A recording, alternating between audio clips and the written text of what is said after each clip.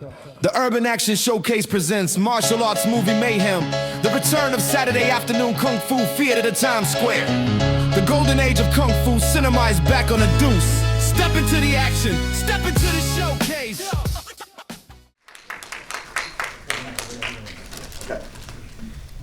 All right. Guys, thank you all for coming. To my esteemed panel, let me ask you really quickly, what was the first Kung Fu movie that you guys can remember watching? Oh, no, start, do me the end. Okay. Yeah. Rick? Not me. Okay, I'll start. Yeah. All right. Well, you know, I saw the original movies in Chinatown when they were still in Chinese. There was no subtitles and so forth, and they were all good. But one of the original ones that I saw that I liked was Snake and Eagle's Shadow with Jackie Chan. Yes, sir. So that movie, I remember bringing my kids there, and you know, that's how old I am. I brought my kids to those movies in Chinatown, you know, and they really liked it because, you know, it was an opportunity to see things that they hadn't saw before, and to see a movie that had all kinds of, you know, as we said, styles of Kung Fu, you know, snake style, and like you saw in the movie, Mantis and so forth. So it was really enjoyable, and I, you know, really appreciate it. So that was it. Excellent. Yeah, I'm gonna get to this is in the mid '70s. It's I'm gonna get the name wrong. Was it Desert? No, Inn. It was a Desert Inn, INN. Oh, Dragon Gate Inn. Dragon Gates. Yes, yeah. This is like mid '70s, right? Yeah. Yep. First one. All right. Dragon Gate Inn, okay. Yeah. Bobby, over to you. For me, it was Five Fingers of Death. Yes. That was a classic. Yeah. The ironic part was when I saw that movie, I was very young, and I never knew years later that would be my first film in Hong Kong with the star of that movie. Nice. Very good. Well, I was working for Starlog magazine at the time, and I had just come back from spending a month on the set of the 1978 Superman. And I was there for the filming of all the Lex Luthor scenes. And when I was there, Ned Beatty was not in the movie. It was Peter Boyle playing Lex Luthor's henchman.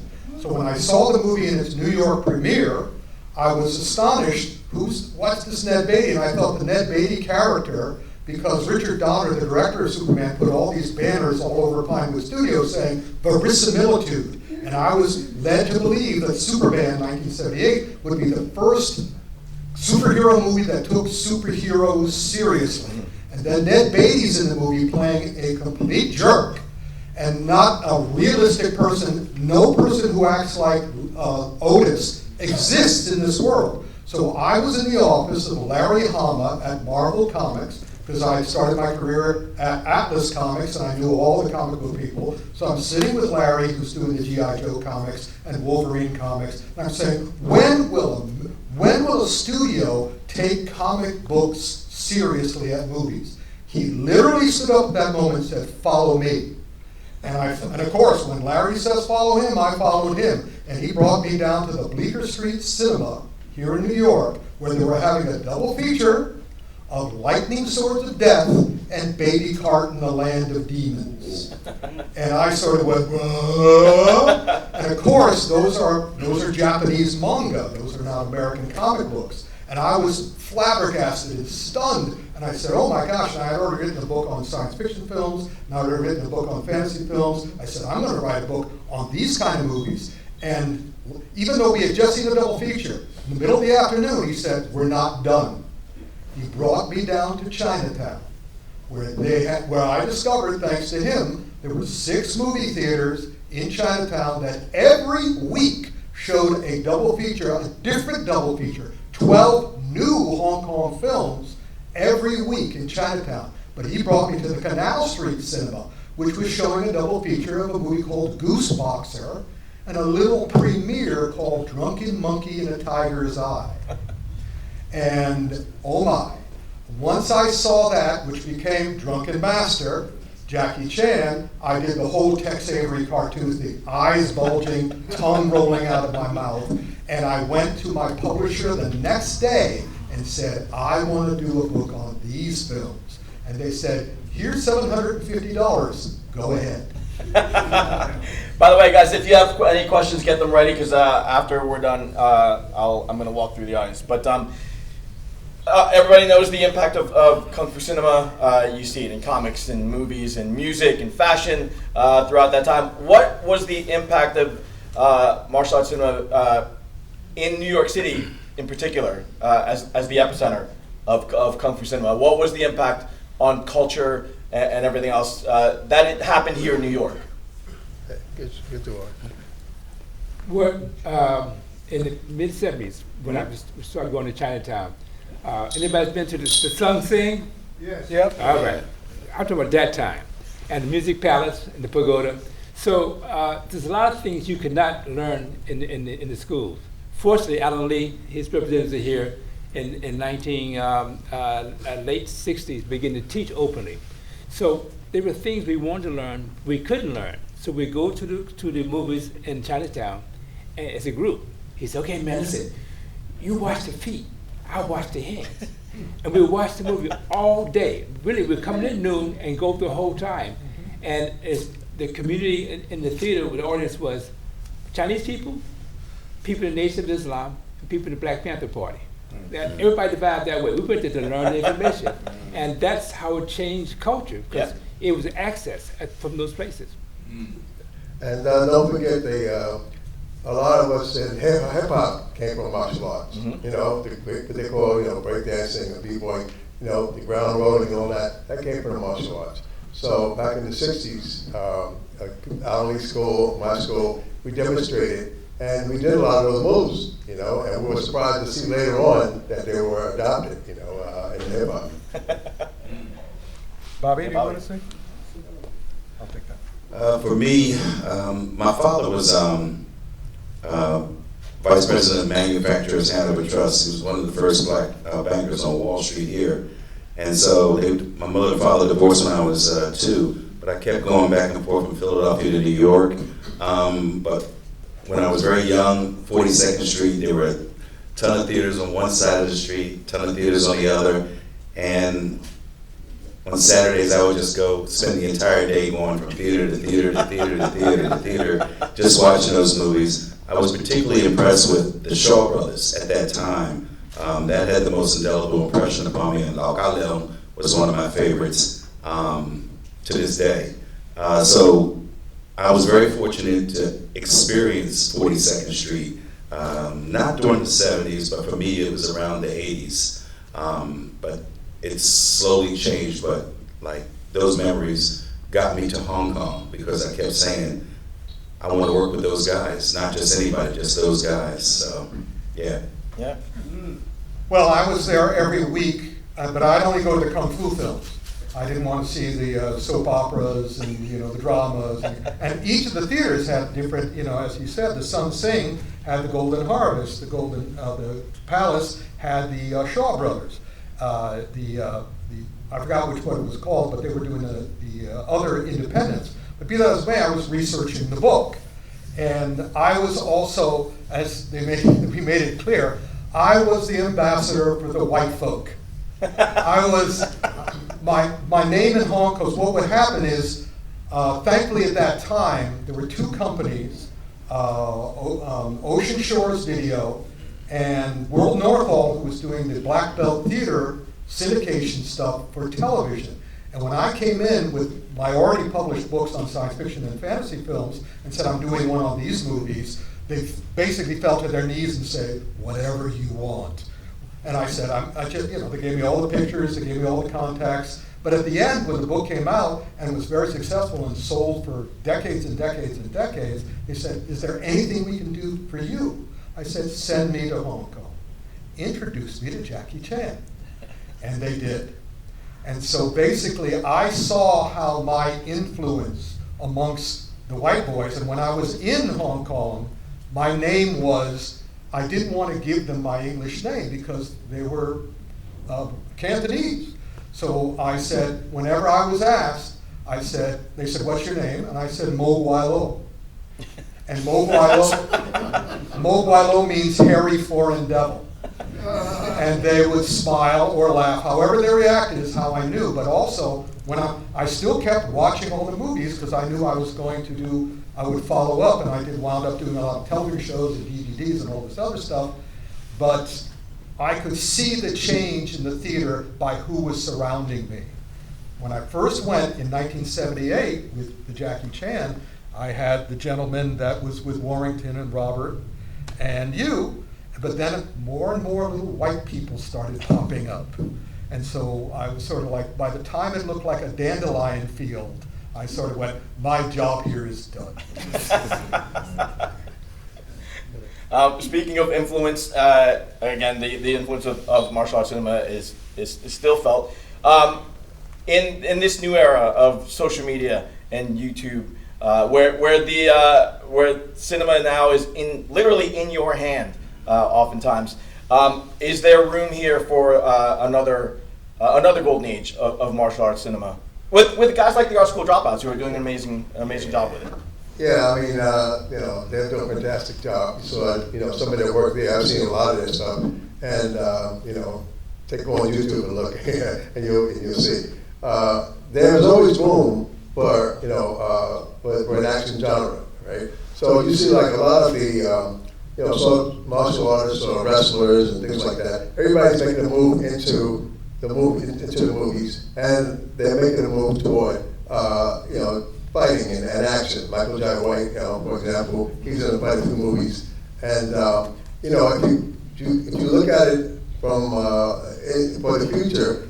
Now, there's not much different now because young people haven't seen a lot of the old stuff that we've seen. Yep. So, putting in something that's good, something that's new and fresh and novel is always going to be appreciated. So I think that in the future, that's what we're going to see. We're going to see the same, action and maybe even a little bit better, with the special effects that they want to add to it, I guess. But I think in general, I think that the martial arts is going to continue forward and no matter what they say, traditional martial arts is always going to have a foothold in that. Because this is what you saw today on the movies is traditional martial arts. It might be flamboyant, but it's still traditional martial arts. You saw the Mantis, you saw Wing Chun, and so forth. So I think that's always going to have a foothold. But, just mixed up a little bit for the movies, I think. Yeah.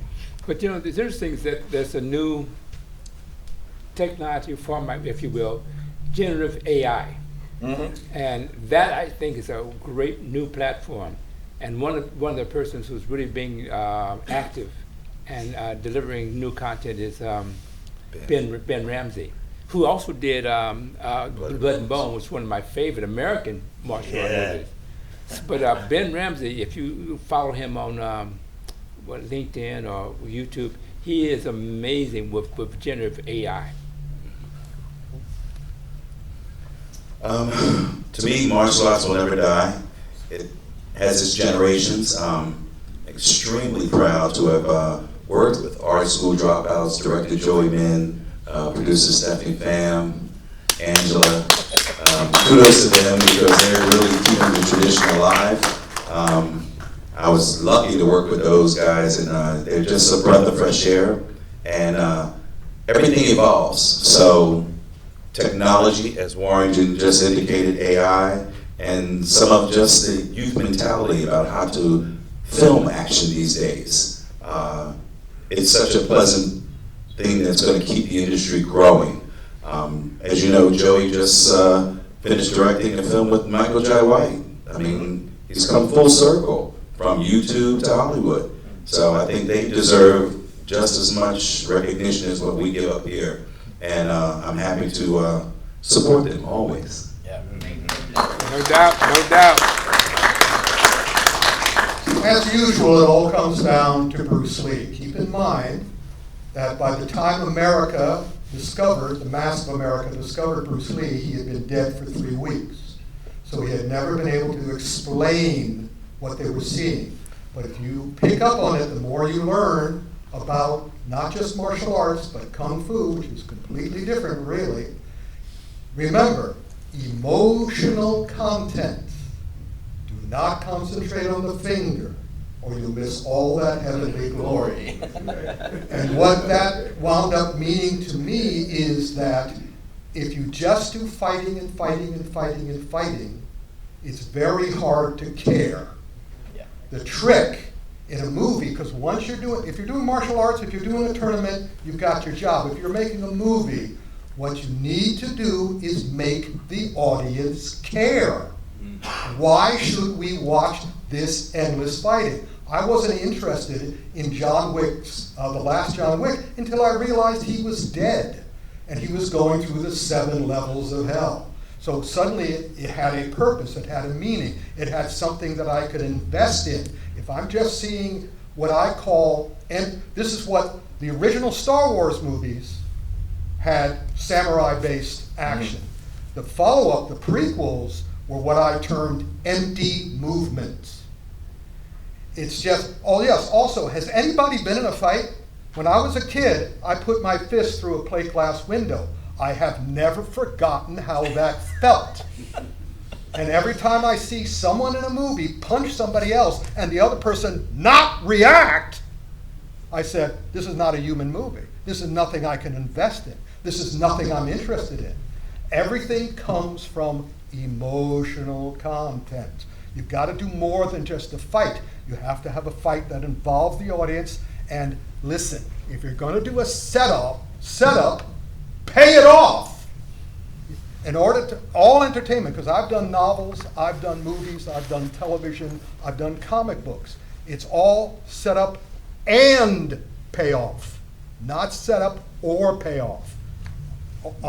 Alfred Hitchcock said, if you set up attention in the audience, you are duty bound to pay it off. And what's happening now is most of the action is based on video games, because for producers, that's the usually successful medium that they want to copy. Because look, we don't have to put in emotional content, because people who do video games don't ask for emotional content, except they don't understand that when you're playing a video game, you supply the emotional content. So when you're doing a movie, which is a flat screen that people are watching and are not involved in the way a video game player would be, then you've got to give it to them and let them get involved. It's got to build, it's got to pay off. You have to make the audience feel. Yep. Yeah, I just wanted to say something real quick. In addition to what we've been talking about, we have to give Demetrius Angelo a special thank you. Absolutely, absolutely.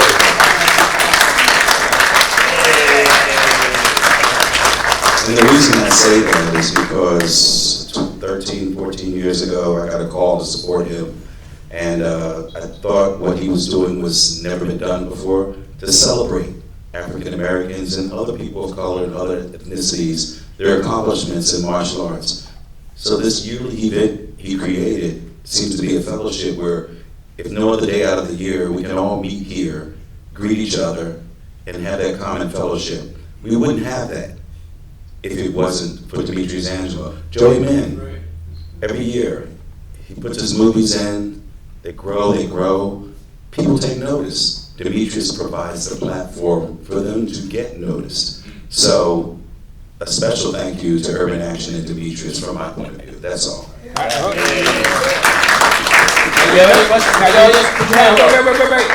got the amen.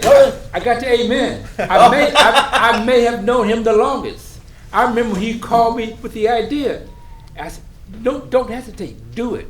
But I want to add to the fact that this gathering, which is fantastic, we go every year.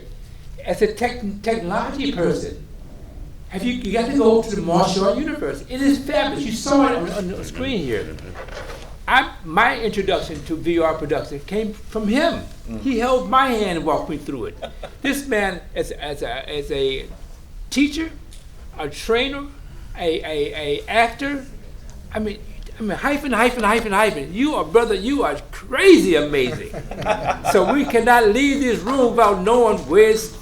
This is the root, right here. This is the root. Please recognize. And I'm sure he's going to have another martial arts event like this to support the reemergence of the martial arts theaters at 42nd Street. We have to come out and support. That's all I say. Yes, That's the only way he exists, if we come out. So I thank you all for coming out today. Anybody have any questions anybody want to ask anybody? I got a question. Got one here. Hold on.